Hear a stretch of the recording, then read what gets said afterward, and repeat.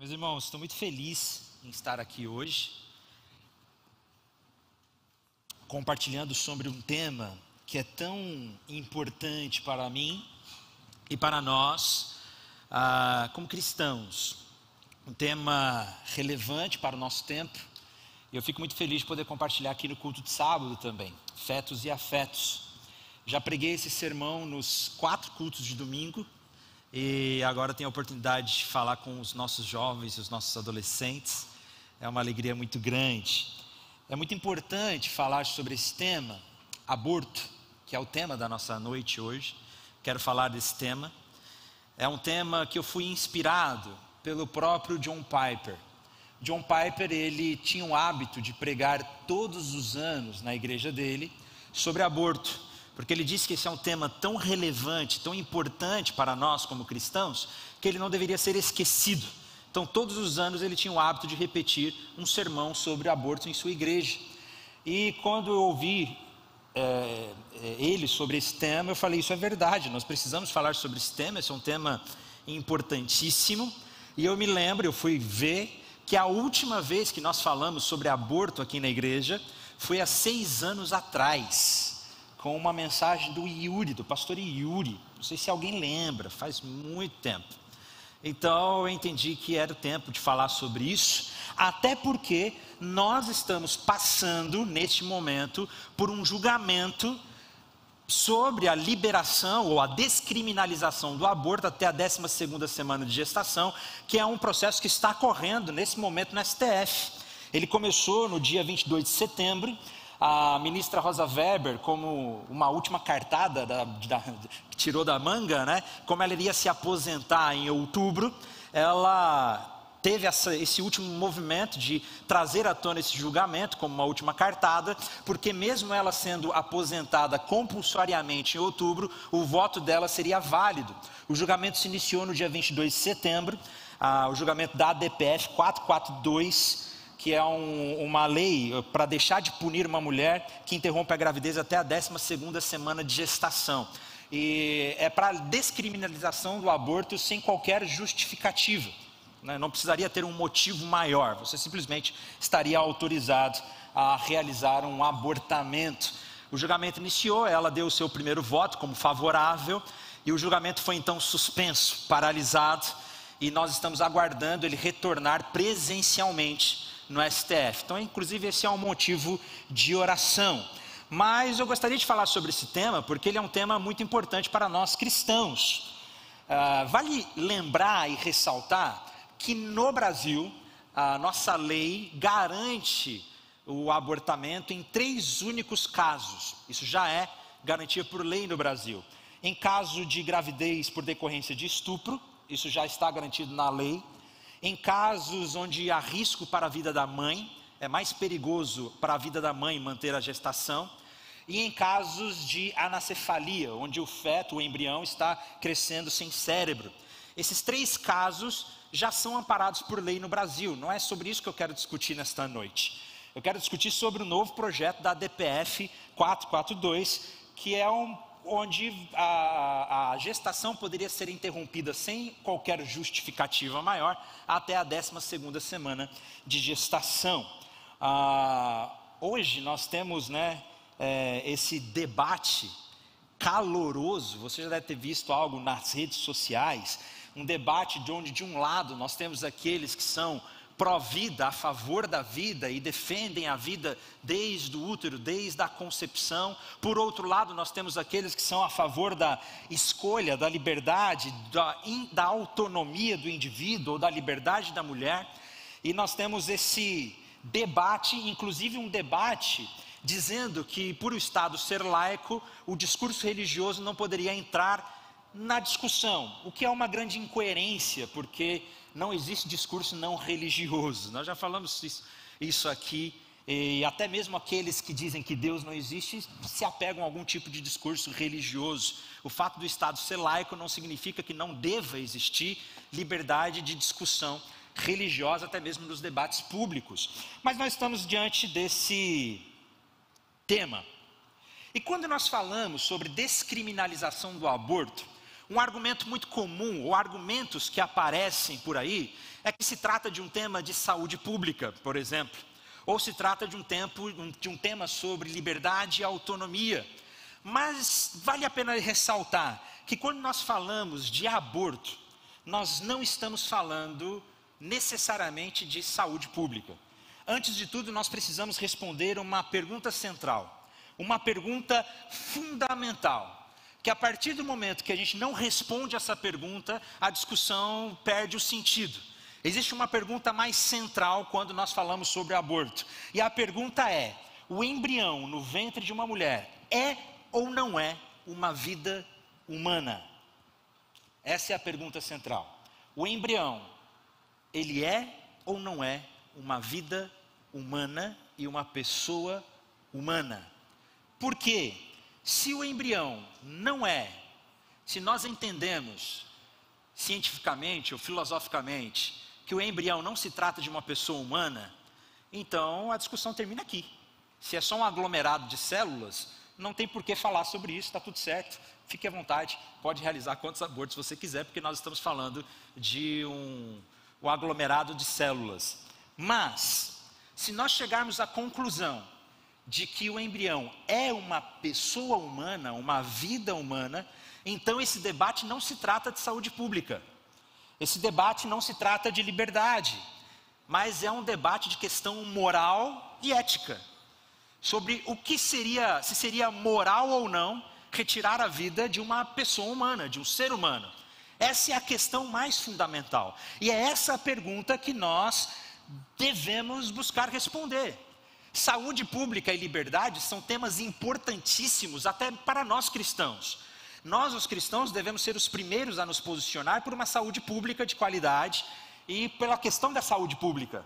Nós, os cristãos, devemos ser os primeiros a nos posicionar sobre questões de liberdade. Mas quando nós falamos sobre aborto, existe uma questão fundamental: é ou não é uma vida humana? Porque se se trata de uma vida humana, essa vida ela está e deve ser protegida pela Declaração Internacional dos Direitos Humanos, pelo Estatuto da Criança e Adolescente e pela nossa Constituição brasileira. Uma vida humana deve ser protegida por todas essas leis.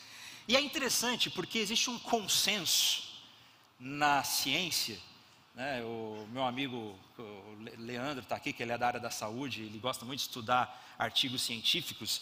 Há um grande consenso na ciência biológica, ou nas ciências biológicas, que realmente a vida humana se inicia na concepção. A vida humana se inicia e começa na concepção. Porque no momento da concepção, que o embrião existe, o DNA já é formado. E no DNA nós já temos todas as informações necessárias de como será essa vida.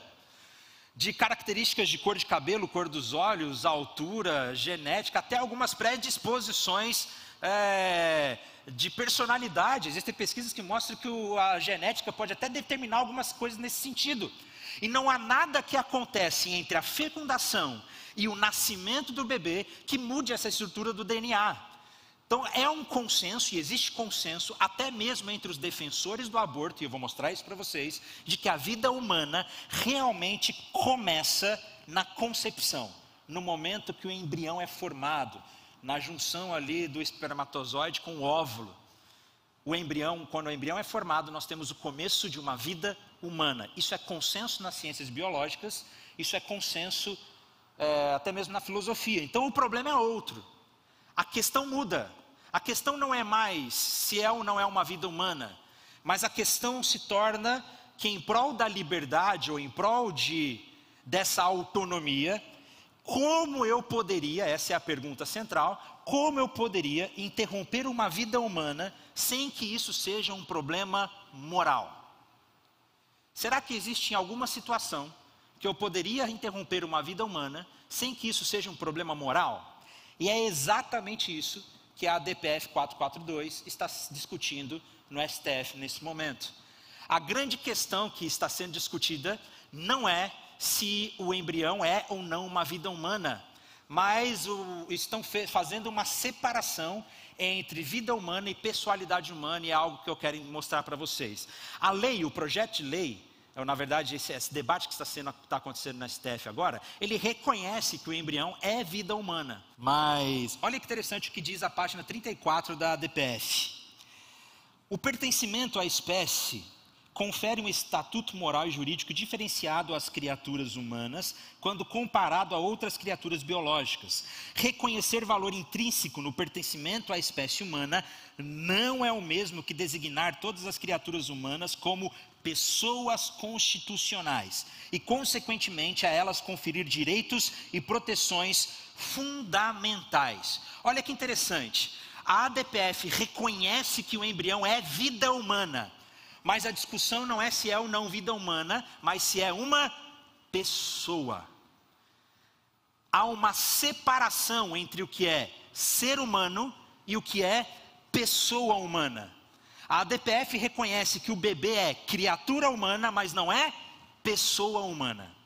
Essa é a grande separação que a nossa cultura faz hoje. E, gente, essa é uma separação que remonta a tempos antigos, numa heresia do primeiro século chamada gnosticismo, onde eu separo o meu corpo da alma, eu separo o meu corpo físico daquilo que é espiritual. E isso é muito comum até na nossa cultura e dentro da igreja e na vida de muitas pessoas, que diz que eu não sou o meu corpo é uma coisa e a minha essência é outra coisa, a pessoa é uma coisa, o corpo humano é outra coisa. E essa é a distinção que está sendo feita na discussão. O embrião é ser humano, mas não é pessoa humana. E como não é pessoa humana, ele não é digno de direito de ser protegido. Olha o que diz na página 36 da ADPF. O embrião ou feto é criatura humana com valor intrínseco. Olha que interessante. Eles reconhecem que o feto é criatura humana com valor intrínseco, mas sem o estatuto de pessoa constitucional. Por isso a sua proteção é infraconstitucional. O ser humano ser humano não é suficiente para eles. É preciso ser uma pessoa humana. O que é digno de proteção por lei, o que é digno de direitos humanos, não é o ser humano, mas é a pessoa humana. Essa separação que é feita entre corpo e pessoalidade. Mas aí nós entramos num grande problema. Porque quem é que define o que é uma pessoa humana? Quem é que define o que é e o que não é pessoa? Quem é que define quando que a pessoalidade começa? Esse é um assunto que a ciência é incapaz de responder. Foge do campo da ciência. A ciência não é capaz de responder quando que a pessoalidade começa. Isso foge do campo do método científico e entra no campo da filosofia, da antropologia. Dizer quando que a pessoalidade começa é um assunto subjetivo demais. Não existe critério sólido para a gente identificar quando que a pessoa humana começa. O que é que acontece entre a 11ª semana de gestação e a 12ª semana de gestação que um corpo humano passa a ser uma pessoa humana? Onde que essa pessoalidade começa? Se a gente faz essa distinção de que ser humano é diferente de pessoa humana, nós entramos num grande problema. Um grande problema de quem é que define quando a pessoa humana começa. Quem é que vai definir quando que uma pessoa humana começa? Se a gente não tem critério para isso, é algo subjetivo demais. A Nancy Pearson, ela escreveu o seguinte, olha: alguém terá que estabelecer um limite definido de quem se qualifica como pessoa, mas sem critérios objetivos, o conceito será definido por puro poder. Quem tiver maior poder, ou seja, o Estado, decidirá quem se qualifica como pessoa. A Nancy Pearson, ela foi muito sensata aqui em dizer, se nós fazemos uma separação entre o que é ser humano e o que é uma pessoa humana, quem é que vai definir isso? Quem tem mais poder, quem grita mais alto. Quem grita mais alto, quem tem mais poder, vai dizer quando é que uma pessoa humana começa. E, gente, basicamente o argumento é o seguinte: o embrião, ou um aglomerado de células, não tem consciência. E se ele não tem consciência, ele não pode ser considerado pessoa. Logo, nesta fase, o aborto seria eticamente viável. Que se nós não temos consciência ou autonomia, nós estamos falando de uma não pessoa. Vocês já pararam para pensar nas consequências lógicas disso, se nós levarmos esse argumento às últimas consequências? Vamos parar para pensar, se nós levarmos esse argumento às últimas consequências, vocês já pararam para pensar nas consequências inimagináveis? Porque se nós não temos critério para definir quando que a pessoalidade começa, isso significa que o aborto poderia ser permitido em qualquer momento da gestação, inclusive após o nascimento. E por incrível que pareça, existem 2 filósofos que já falaram sobre isso.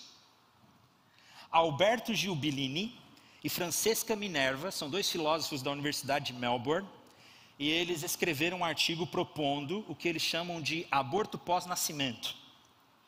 E eles são a favor, dizendo que o aborto deveria ser permitido em todos os casos, inclusive quando o recém-nascido, que já nasceu, não tem deficiência, não tem problema nenhum. E olha que interessante o que eles dizem. Eu fui ler esse texto, gente, fui atrás do artigo, eu achei assim, bizarro. E realmente eles propõem isso. Olha o que eles dizem. Se critérios como custos sociais, psicológicos, econômicos, para os potenciais pais forem razões suficientes boas para fazer um aborto, mesmo quando o feto é saudável, se o estatuto moral do recém-nascido for o mesmo que o do feto se nenhum dos dois tem qualquer valor moral em virtude de ser uma pessoa em potencial, ou seja, não é pessoa, é só uma pessoa em potencial, então as mesmas razões que justificam o aborto também deveriam justificar o assassinato da pessoa potencial quando essa se encontra na fase de um recém-nascido. E sabe o que é incrível? É que esse argumento aqui faz todo sentido. Se nós formos coerentes com o que está sendo discutido na DPF 442, de que pessoa humana é diferente de corpo humano, de ser humano é diferente de pessoa humana, e a pessoa humana nós não temos critérios objetivos para definir quando que a pessoalidade começa, e na ideia deles a pessoalidade se inicia com a consciência, com a autonomia, com a liberdade. Então o critério moral é a autonomia e a liberdade. Se nós somos coerentes com esse argumento, então realmente não é imoral tirar a vida de um recém-nascido, porque afinal de contas ele não tem consciência, ele não tem autonomia, então ele é uma não pessoa, ele não é uma pessoa. Se nós levarmos a sério esse argumento e as últimas consequências, nós entramos num terreno muito escorregadio e num dilema moral muito sério. O que é que define o que é ou não é uma pessoa? Uma pessoa passa a ser definida por autonomia, por liberdade, por consciência. Se eu não tenho consciência, se eu não tenho autonomia, se eu não tenho liberdade, então eu deixo de ser uma pessoa.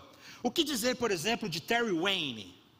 Terry Wayne, ele é o recordista de pessoa que ficou em coma por mais tempo e acordou. A história dele é interessante. Ele sofreu um acidente de carro em 1984. Ele ficou em coma durante 19 anos, na verdade 18 anos e 300 e poucos dias. Imagina, ele ficou em coma durante quase 19 anos e da noite para o dia ele acordou. E gente, ele acordou consciente, se comunicando. Ele ficou com severas sequelas físicas, né, de locomoção, mas ele falava, tinha consciência. E aí, enquanto ele estava em coma, ele era uma não pessoa? Como nós definimos o que é ou o que não é pessoa? Se não existe autonomia, se não existe consciência, é uma não pessoa? O que dizer de pessoas que nascem com severas deficiências cognitivas? É uma não pessoa? Se nós levarmos a sério o argumento da nossa cultura de que a pessoalidade é diferente de vida humana, nós entramos num terreno escorregadio demais. Uma jornalista conhecida, ela disse numa entrevista o seguinte, foi interessante. Você sabia que lá no Uruguai, o aborto pode ser feito por qualquer motivo até a 12ª semana de gestação? Ou seja, antes da formação do sistema nervoso, o feto não iria sofrer. Olha que interessante.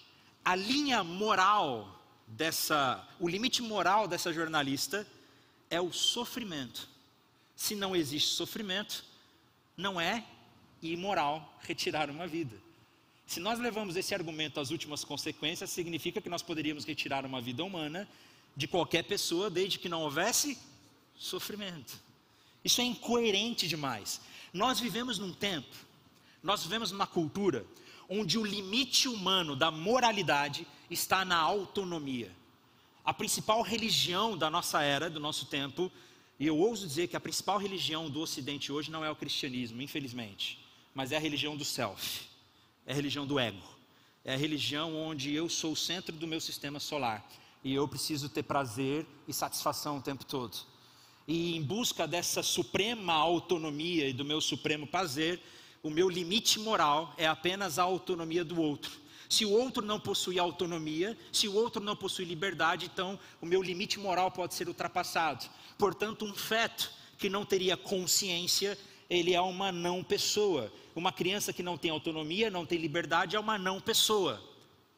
Isso é incoerente demais. O nosso tempo hoje, a nossa moralidade, a nossa linha moral é definida pela autonomia. Já perceberam isso? Por exemplo, a nossa cultura hoje reconhece e entende que o estupro é algo horrível e deve ser condenado. Glória a Deus por isso. Isso é verdade, o estupro deve ser condenado. Mas você já parou para perceber por que o estupro é condenado na nossa cultura hoje? O estupro é condenado na nossa cultura não porque existe uma violação de um corpo humano, mas porque existe violação da consciência da mulher. Se a consciência dela foi violada, então isso é um limite moral. Se a consciência não foi violada, então não tem problema, não é um limite moral. O limite da nossa moralidade é a autonomia. Se não existe autonomia, se não existe consciência, então não é uma pessoa humana. Mas e aí? O que a Bíblia tem a dizer sobre isso? Ou qual é a resposta que nós podemos oferecer? Existem muitas boas respostas sendo oferecidas. E na verdade, existem muitos bons filósofos que argumentam que a pessoa humana, que na verdade não existe separação entre corpo humano e pessoa humana, e que a pessoa humana começa justamente na fecundação, e desde o embrião nós falamos de uma pessoa humana.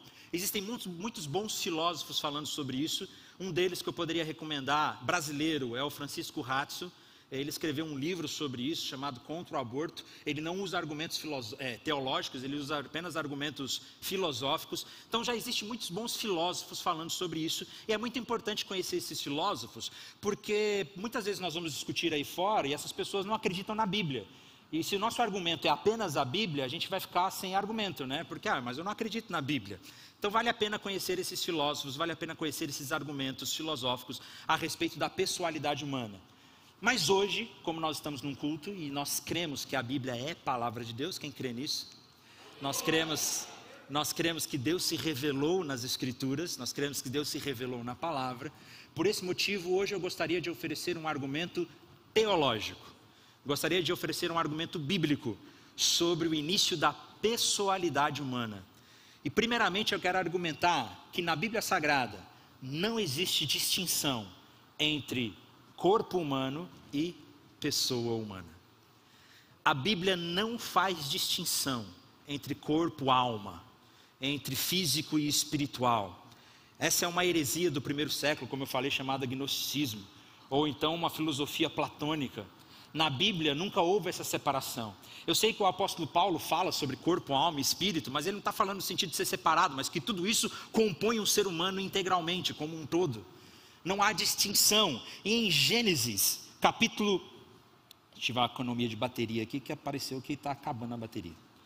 Em Gênesis capítulo 1, versículo 26, nós temos o famoso texto onde Deus disse: façamos o ser humano à nossa imagem, conforme a nossa semelhança, tenha ele domínio sobre os peixes do mar, sobre as aves do céu, sobre os animais domésticos, sobre toda a terra e sobre todos os animais que rastejam pela terra. Em Gênesis, já no capítulo 1, nós descobrimos que todo ser humano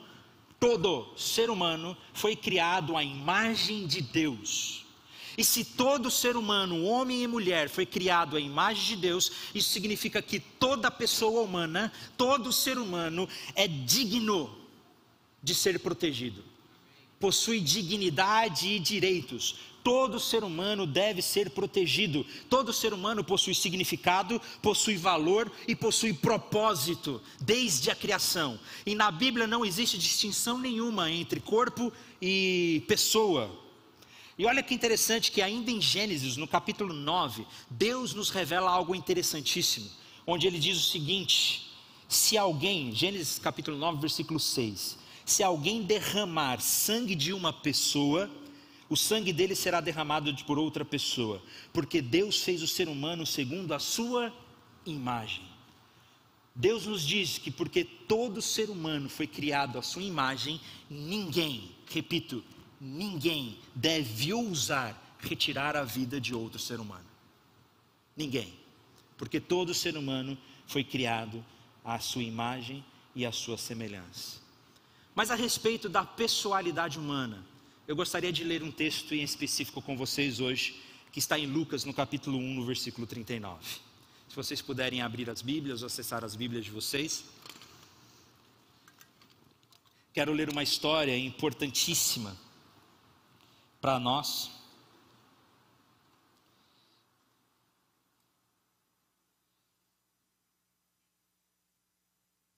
A história de duas mulheres grávidas que se encontram e passam por uma experiência incrível.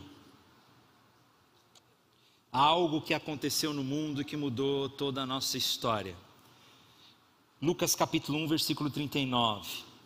Maria estava grávida de Jesus. E essa é a maior notícia que nós temos, né? Essa é a maior revelação da história. Que o próprio Deus, Criador do universo, se encarnou e se fez feto. Deus se fez um feto, se encarnou no ventre de Maria. E Maria estava grávida, e quando Maria estava grávida, ela foi visitar sua parente Isabel, que também estava grávida de João Batista. E olha o que o texto diz, versículo 39. Naqueles dias, Maria se aprontou e foi depressa à região montanhosa, a uma cidade de Judá. Entrou na casa de Zacarias e saudou Isabel. Quando Isabel ouviu a saudação de Maria, a criança lhe estremeceu no ventre. Então Isabel ficou cheia do Espírito Santo e exclamou em alta voz: bendita é você entre as mulheres e bendito é o fruto do teu ventre. E que grande honra é para mim receber a visita da mãe do meu Senhor, pois logo que me chegou aos ouvidos a voz da saudação que você fez, a criança estremeceu de alegria dentro de mim. Bem-aventurada que creu, porque serão cumpridas as palavras que lhe foram ditas da parte do Senhor. É interessante que aqui Deus está se encarnando por meio de um feto. Deus está se encarnando em Jesus Cristo. Maria está grávida. E quando Maria está grávida, ela vai se encontrar com a sua prima Isabel, que também está grávida de João Batista, que seria um profeta. E quando as duas se encontram, algo maravilhoso acontece. Algo maravilhoso acontece. O texto diz que quando Isabel ouviu a saudação de Maria, a criança lhe estremeceu no ventre. Isso é interessante. A criança lhe estremeceu no ventre. A palavra para criança aqui no grego é a palavra brephos. É uma palavra genérica para criança. E é interessante que para o autor Lucas, para o evangelista Lucas, não existe distinção entre criança nascida e criança não nascida. Para o evangelista, a criança que está no ventre é uma pessoa. E o texto diz que a criança se estremeceu. Logo depois, no versículo 44, fala que a criança se estremeceu de alegria. E depois, no capítulo 2, no versículo 6, depois que Jesus já nasceu, ele está nascido, o texto diz que foram depressa encontrar Maria e José e a criança, a mesma palavra, deitada na manjedoura. Jesus nascido também é tratado como criança. Para o evangelista não há diferença entre criança nascida e criança não nascida. Mas há algo interessante nessa história que me chama a atenção. Em primeiro lugar, eu quero chamar a atenção para o fato de que o texto diz no versículo 41, veja, que quando Isabel ouviu a saudação de Maria, a criança lhe estremeceu no ventre, então Isabel ficou cheia do Espírito Santo. Isso é interessante. Por que é importante falar que Isabel está cheia do Espírito Santo?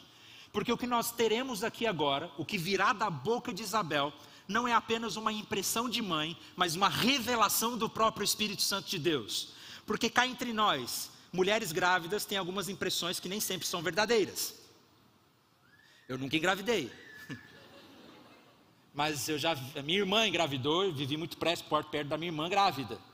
E de vez em quando as mulheres têm certas impressões, né? Ah, hoje ele está feliz, ela está chutando. Ah, hoje acordou meio triste. Hoje meu filho está com raiva. Não dá para ter certeza, né, gente? A mãe não dá para ter certeza se a criança está feliz, triste, com raiva. São impressões que as mães têm e não tem problema nenhum nisso. Só que é importante a gente falar que Isabel está cheia do Espírito, porque o que ela dirá agora não é apenas uma impressão materna, mas é revelação do próprio Deus, revelação do próprio Espírito. Então Isabel, cheia do Espírito, diz que quando chegou aos ouvidos a voz da saudação que você fez, a criança se estremeceu de alegria. Alegria. Meus irmãos, aglomerados de células não se alegram. Um braço não se alegra. Pessoas se alegram. O que está no ventre de Maria não é um corpo humano, é uma pessoa. Pessoas se alegram. E no ventre de Maria e de Isabel existe uma pessoa, porque pessoas se alegram. É interessante que além dessa criança se alegrar, se você voltar no texto nos capítulos anteriores, no capítulo anterior, porque nós estamos no capítulo 1, nos versículos anteriores, perdão, porque a gente ainda está no capítulo 1. Nos versículos anteriores nós descobrimos a história de João Batista, de Isabel. Isabel não podia engravidar. Deus se revela então a Zacarias, pai de João Batista, e diz que ela ficaria grávida, Isabel ficaria grávida.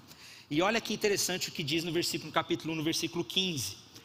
Deus dizendo, sobre João Batista, pois ele será grande diante do Senhor, não beberá vinho nem bebida forte, e será cheio do Espírito Santo já desde o ventre materno.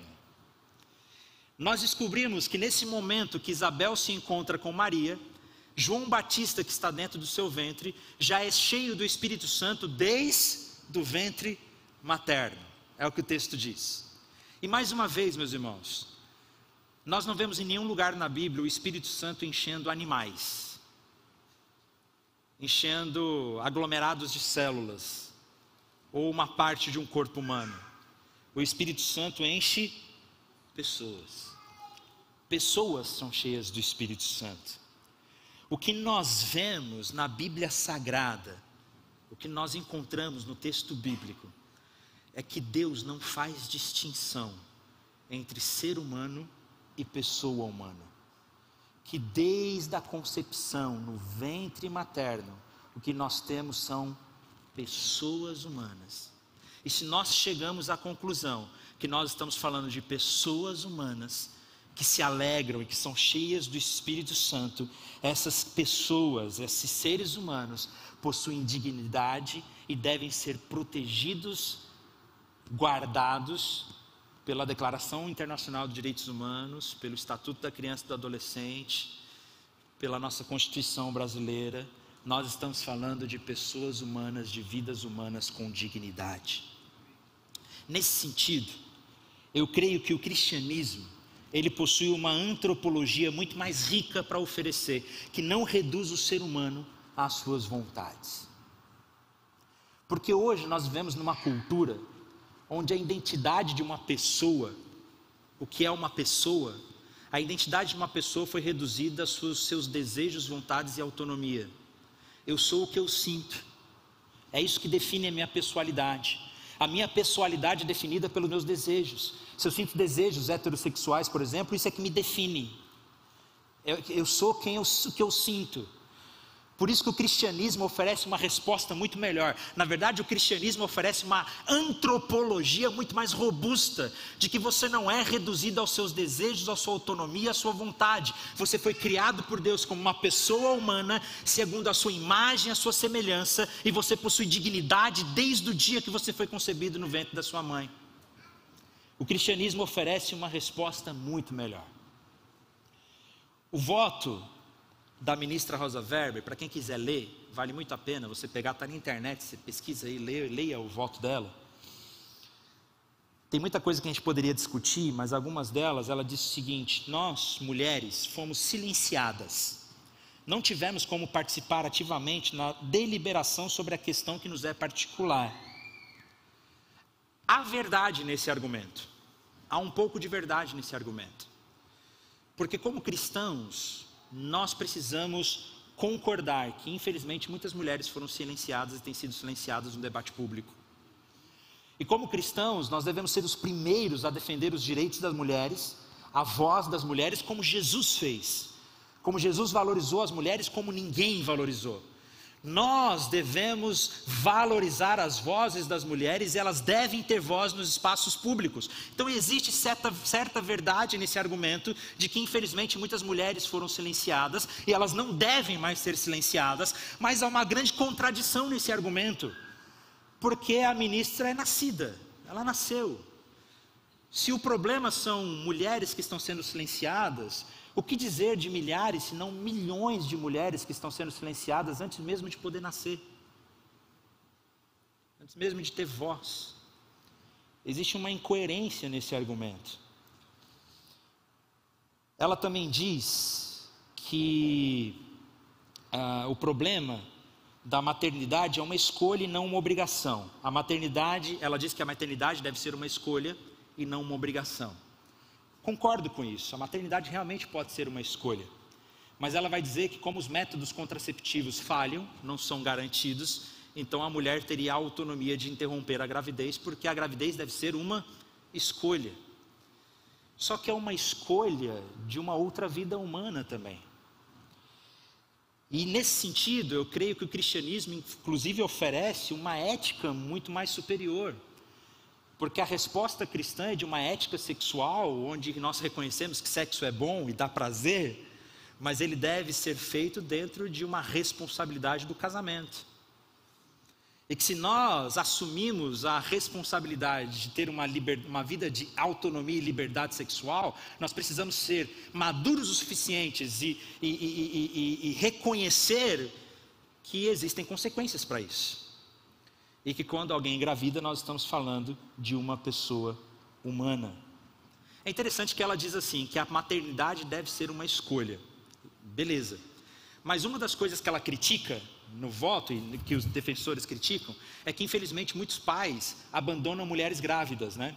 Vão embora. E isso é terrível, gente. Realmente acontece e nós devemos acabar com isso. Isso não deve acontecer mais.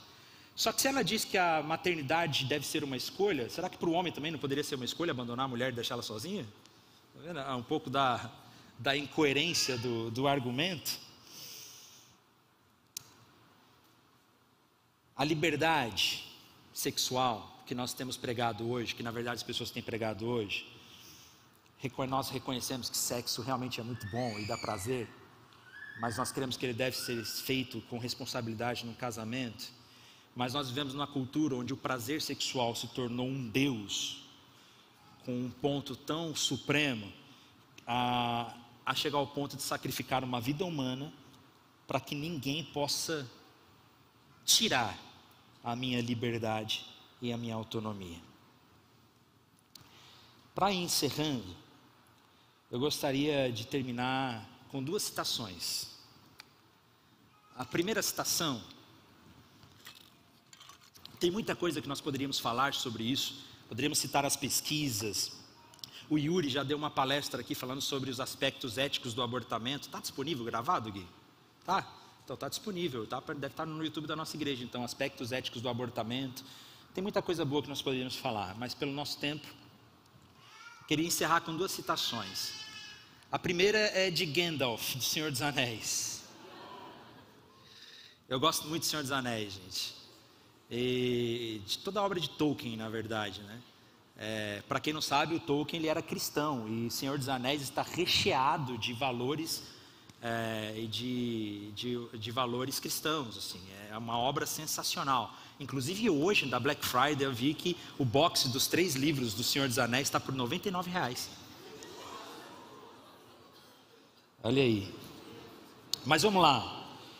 Na Sociedade do Anel, primeiro livro e o primeiro filme também, na Sociedade do Anel há uma cena em que eles estão passando pela mina dos anões ali, e oh meu Deus, fugiu o nome agora. O Gandalf está conversando com o rapaz, não é o Sam, é o Frodo, obrigado, fugiu o nome, deu branco. O Frodo está conversando com Gandalf. E eles veem o Gollum passando por ali, o Sméagol. E o Frodo, ele questiona o Gandalf falando assim, como seria bom se ele tivesse, se o Bilbo, o Bolseiro, tivesse matado ele quando teve chance. Lá na história do Hobbit ainda. E aí o Gandalf, ele fala que não, né? Não era para ele morrer. E ele diz o seguinte, olha, muitos que vivem merecem a morte, e alguns que morrem merecem viver. Você pode dar-lhes a vida? Então não seja tão ávido para julgar e condenar alguém à morte, pois mesmo os muitos sábios não conseguem ver os dois lados. O Gandalf está dizendo assim, olha, você tem o poder de dar a vida. Se você não tem o poder de dar a vida, não ouse tirar a vida, porque até as pessoas mais sábias muitas vezes não sabem discernir sobre quem deve viver e quem deve morrer. Se você não tem poder para dar vida, não ouse tirar a vida. Mas eu não poderia encerrar com uma citação de Gandalf. Então vamos citar a Bíblia Sagrada, que nós lemos aqui mais cedo, Salmo 139, a partir do versículo 13. E o texto bíblico diz o seguinte: pois tu formaste o meu interior, tu me teceste no ventre de minha mãe. Graças te dou, visto que de modo assombrosamente maravilhoso me formaste. As tuas obras são admiráveis, e a minha alma o sabe muito bem. Os meus olhos não te foram encobertos quando no oculto fui formado e entretecido como nas profundezas da terra. Os teus olhos viram a minha substância ainda informe. O que é a substância informe, gente? Os teus olhos viram a minha substância informe, e no teu livro foram escritos todos os meus dias, cada um deles escrito e determinado, quando nenhum deles ainda existia. Tu me teceste, é como o autor estivesse dizendo que o Senhor me tricotou, o Senhor me formou no ventre da minha mãe, e quando eu ainda era uma substância informe, o Senhor contou todos os meus dias. O Senhor me formou de forma assombrosa. O Senhor nos deu vida desde o ventre materno. Por isso que a vida, ela deve ser digna de ser protegida desde sua concepção. Mas eu preciso falar algumas coisas. Nós cristãos também precisamos oferecer respostas melhores. A gente precisa aprender a oferecer respostas melhores, porque muitas vezes as nossas respostas são preconceituosas, são respostas mesquinhas. Muitas vezes a única resposta que a gente oferece é falar, então fecha a perna, não engravida. Sério que essa é a melhor resposta que você tem para oferecer? Nós precisamos oferecer respostas melhores, porque realmente existem mulheres reais que estão sofrendo. Infelizmente, existem muitas mulheres que morrem em clínicas clandestinas de aborto. O problema da saúde pública é real, e nós precisamos oferecer respostas melhores. A gente precisa oferecer apoio psicológico, apoio psiquiátrico, a gente precisa oferecer evangelho, a gente precisa oferecer apoio para essas meninas. Graças a Deus a nossa igreja tem um projeto apenas para atender mães adolescentes, sabiam disso? Justamente para cuidar dessas pessoas. Nós precisamos oferecer respostas melhores. Existem muitas mulheres que sofrem e acabam fazendo aborto porque o marido obriga, e até mesmo dentro da igreja isso acontece. Então a gente precisa ter mais compaixão, a gente precisa oferecer respostas melhores. Muitas vezes nós, evangélicos, cristãos, a gente não é a favor da vida, a gente é a favor do nascimento. Depois que nasce, que se lasque, né?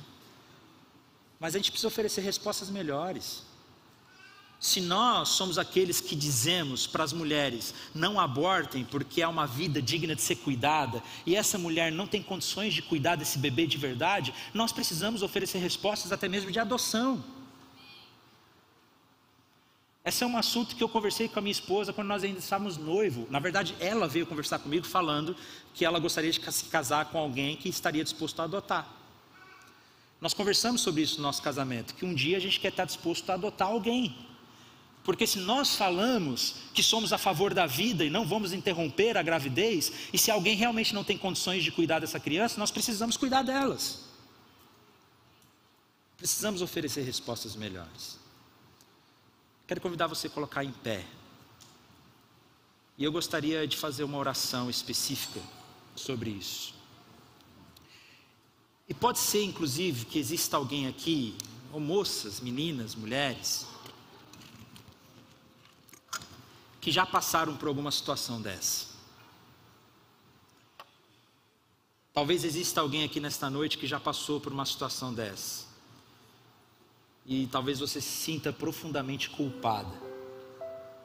Não só moças, mas às vezes tem homens aqui que passaram, acompanharam alguma situação dessa e também se sentem extremamente culpados.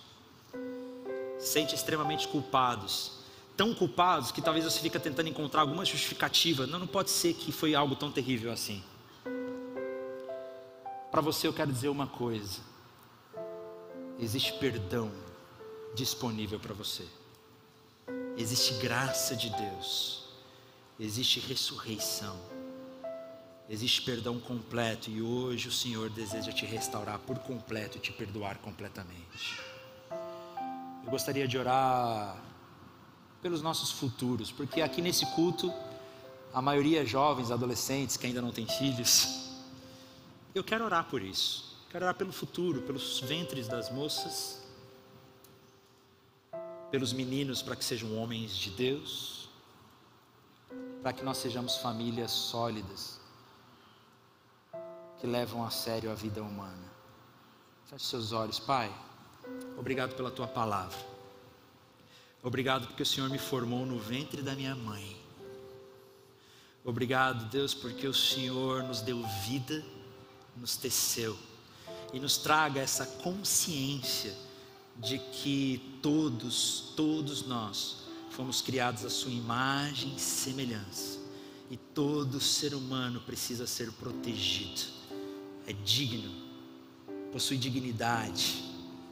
Deus, todas as pessoas, proteja todos os bebês, proteja, Senhor, e cuide de mulheres e mães que estão grávidas e estão em crise, ou já passaram por alguma situação dessa. Que o Senhor venha com teu Espírito Santo, trazendo uma paz, trazendo perdão, reconciliação, e nos ajude, a Deus, como igreja, a oferecer respostas melhores e mostrar que o Senhor nos traz respostas melhores.